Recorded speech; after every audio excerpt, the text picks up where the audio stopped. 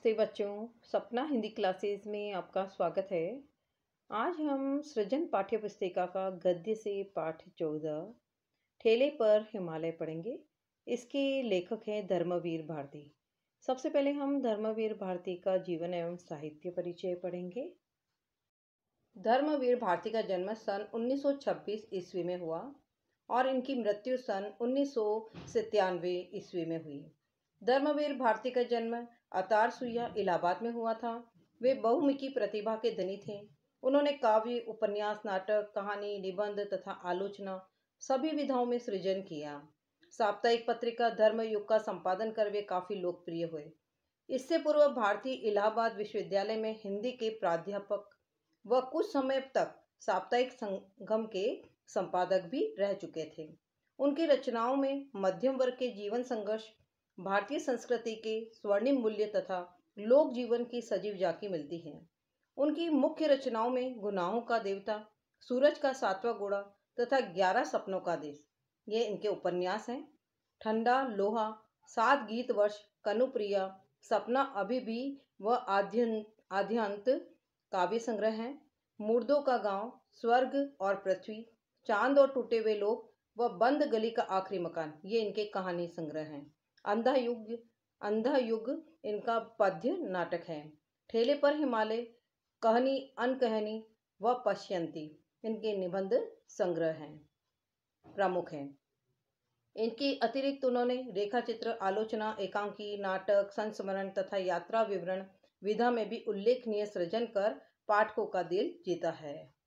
प्रस्तुत निबंध ठेले पर हिमालय में लेखक ने कौसानी के पर्वतीय क्षेत्रों में हिमालय की प्राकृतिक छटा, शांति, स्तब्धता और बर्फीली चोटियों के नैसर्गिक सौंदर्य, नैसर्गिक का अर्थ होता है प्राकृतिक सौंदर्य का मनोहारी वर्णन किया है।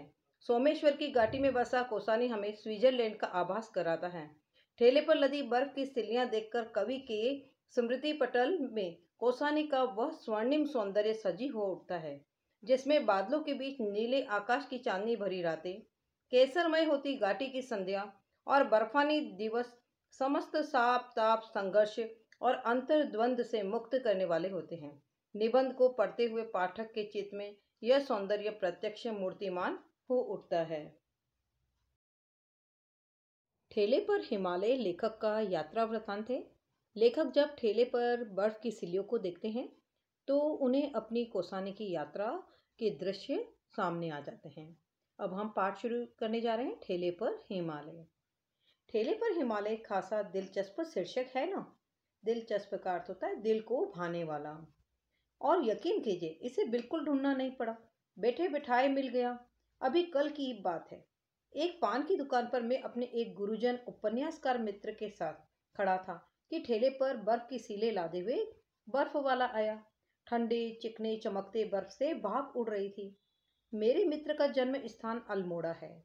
वे क्षण भर उस बर्फ को देखते रहे, उड़ती हुई भाप में खोए रहे और खोए खोए से बोले, यही बर्फ तो हिमालय की शोभा है। और तत्काल शीर्षक मेरे मन में कौंध गया, ठेले पर हिमालय।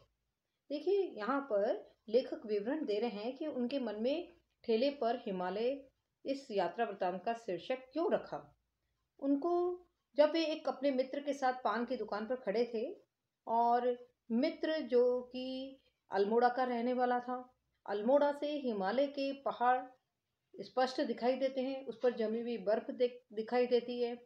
और जब एक ठेले वाला आया, उसकी ठेले पर बर्फ की सिलियां थी और उस बर्फ की सिलियों से भाप उड़ रही थी, तो लेखक के मित्र जो है वह उस बर्फ को देखते हुए खोए से रह गए, अर्थात उन्हें अपने जन्म स्थान अल्मोड़ा की याद आ गई और उनके मुंह से अचानक निकला कि यही बर्फ हिमालय की शोभा है, अर्थात वे अल्मोड़ा से हिमालय पर्वत पर जमी बर्फ को देखा करते थे। तो उनको अल्मोड़ा की याद आई और उन्होंने कहा कि जो ये ठेले पर जो बर्फ रखी हुई है, बर्फ की सिलियां, ये ही बर्फ हिमालय की सुंदरता है। और तत्काल लेखक कह रहा है कि मेरे मन में शीर्षक प्रकट हो गया, ठेले पर हिमालय। पर आपको इसलिए बता रहा हूं कि अगर आप नए कवि हो तो भाई इसे ले जाएं और इस शीर्षक पर 200-300 पंक्तियां बेडोल बेतुकी लिख डालें। शीर्षक मौजूद है और अगर नई कविता से नाराज हो, सुललित गीतकार हो, तो भी गुंजाइश है। इस बर्फ को डांटे, उतर आओ, ऊंचे शिखर पर बंदरों की तरह क्यों चढ़े बैठे हो? ओ नए कवियों, ठेले पर लदो, पान की दुकान पर बिको। ये लेखक यह इसलिए बताना चाह रहा है कि यदि पाठक या श्रोता नई कविता के कवि हैं, तो इस विषय पर बेडोल बेतुकी कविता की पंक्तियां लिख सकता है। और यदि कविता लिखना पसंद न हो और वह कोई गीतकार है, तो अपने गीत में बर्फ से संवाद कर सकता है और डांट कर कह सकता है कि वह हिमालय के ऊंचे शिखर पर चढ़कर क्यों बैठी है, नीचे उतर आए। अर्थात नए कवियों पर व्यंग करते हुए लेखक कह रहे हैं कि हे नए कवियों, तुम अपने कवित्व पर अहंकार क्यों करते हो? ठेले पर लदी साधारण बर्फ के समान बनो, अपने पैर जमीन पर रखो, हिमालय दर्शन को सर्वसुलभ बनाओ। ये तमाम बातें उसी समय मेरे मन में आई और मैंने अपने गुरुजन मित्र को बताई भी। वे हंसे भी, पर मुझे लगा कि वह बर्फ कहीं उनके मन को खरोच गई है। खरोचने का अर्थ होता है चुभना या दुखी करना। और ईमान की बात यह है कि जिसने 50 मील दूर से भी बादलों के बीच नीले आकाश में हिमालय की शिखर रेखा को चांद तारों से बात करते देखा है, चांदनी में उजली बर्फ को धुंधली हल्के नीले जाल में दूध या समुद्र की तरह मचलते और जगमगाते देखा है, उसके मन पर हिमालय की बर्फ एक ऐसी खरोच छोड़ जाती है जो हर बार याद आने पर पीरा उठती है। पीरा का अर्थ होता है टीस, उठती है। मैं जानता हूँ क्योंकि वह बर्फ मैंने भी देखी है। देखिए, लेखक कहते हैं कि जब मैंने मेरे मित्र को अपने मन की ये सब बातें बताई, तो उन्हें ठेले पर बर्फ की सिल्लियों को देखकर अपने जन्म स्थान अल्मोड़ा की याद आ गई कि उन्होंने वहां से हिमालय पर जमी बर्फ के सौंदर्य को देखा था। आज उनका मन दुखी हो रहा है क्योंकि वे अपने जन्म स्थान अल्मोड़ा से दूर हैं और हिमालय की प्राकृतिक सौंदर्य से वंचित हैं। लेखक कह रहे हैं कि मैं अपने मित्र के मन की पीड़ा को समझ सकता हूँ क्योंकि मैंने भी कोसानी से हिमालय पर जमी बर्फ के सौंदर्य को देखा था और ठेले पर बर्फ की सिल्लियों को देखकर हिमालय की याद आना स्वाभाविक है। सच तो यह है कि सिर्फ बर्फ को बहुत निकट से देख पाने के लिए हम लोग कोसानी गए थे। नैनीताल से रानीखेत और रानीखेत से मजकाली के भयानक मोड़ों को पार करते हुए कोसी, कोसी से एक सड़क अल्मोड़े चली जाती है, दूसरी कोसानी। कितना कष्टप्रद, कितना सूखा और कितना कुरूप है वह रास्ता।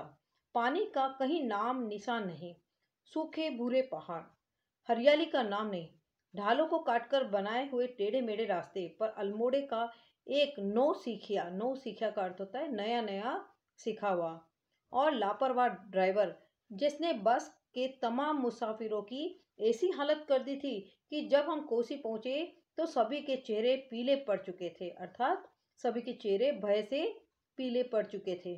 कोसानी जाने वाले सिर्फ हम दो थे। वहां उतर गए, बस अल्मोड़े चली गई। सामने से एक टीन के शेड में काठ की बेंच पर, काठ का अर्थ होता है लकड़ी, लकड़ी की बेंच पर बैठकर हम वक्त काटते रहे। तबीयत सुस्त थी और मौसम में उमस थी। 2 घंटे बाद दूसरी लोरी आकर रुकी। लोरी क्या है? गाड़ी आकर रुकी और जब उसमें से प्रसन्न बदन शुक्ल जी को उतरते देखा तो हम लोगों की जान में जान आई। शुक्ल जी जैसा सफर का साथी पिछले जन्म के पुण्यों से ही मिलता है। उन्होंने हमें कोसानी आने का उत्साह दिलाया था और खुद तो कभी उनके चेहरे पर थकान या सुस्ती दिखी ही नहीं, पर उन्हें देखते ही हमारी भी सारी थकान काफूर हो जाया करती थी। काफूर का अर्थ होता है गायब हो जाया करती थी। इस अंश में लेखक अपनी कोसानी की यात्रा का वर्णन करते हुए कहते हैं कि हिमालय पर जमी बर्फ को बहुत पास से देखने के लिए हम कोसानी गए थे। नैनीताल से हमारी यात्रा शुरू हुई थी। कोसी तक का रास्ता बहुत उबड़ खाबड़ था, घुमावदार था, कष्टदायक था और बस का ड्राइवर जो था वह भी नया नया गाड़ी चलाना सीखा था, इसलिए लापरवाही से गाड़ी चला रहा था। तो हम बहुत डर गए थे। किसी तरह हम कोसी पहुंचे और वहां उनको शुक्ल जी मिल गए थे, जिन्होंने लेखक को कोसानी जाने का उत्साह दिलाया था। लेखक कहते हैं कि शुक्ल जी को देखकर हमारी सारी थकान गायब हो गई।